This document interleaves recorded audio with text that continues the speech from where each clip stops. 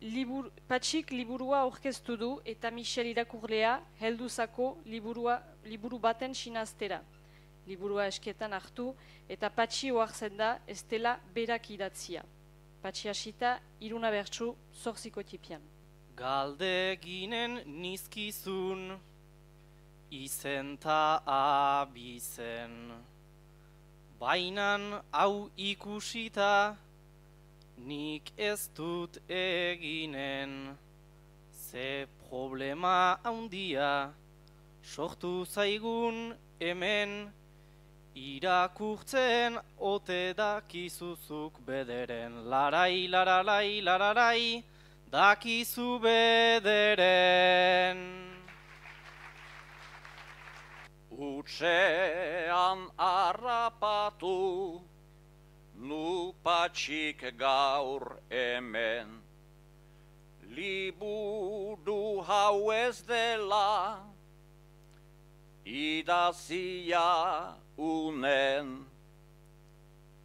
Bekatu gisa dauzut, aitor zen erranen, azala gustaturik erosia nuen. La la la la la lai, erosia nuen.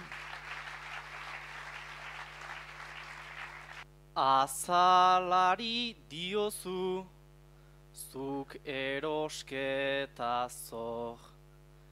Atxiki behar didazu, ideia hau gogor. Odolaren mintzoa, irakurri dut hor, itxura badut baina enaiz ni Salvador. Larai, lararai, lararai, enaiz ni Salvador. Alade aserretu, gabe hor baitzaude. Istante jar zaitezke, naski ene alde.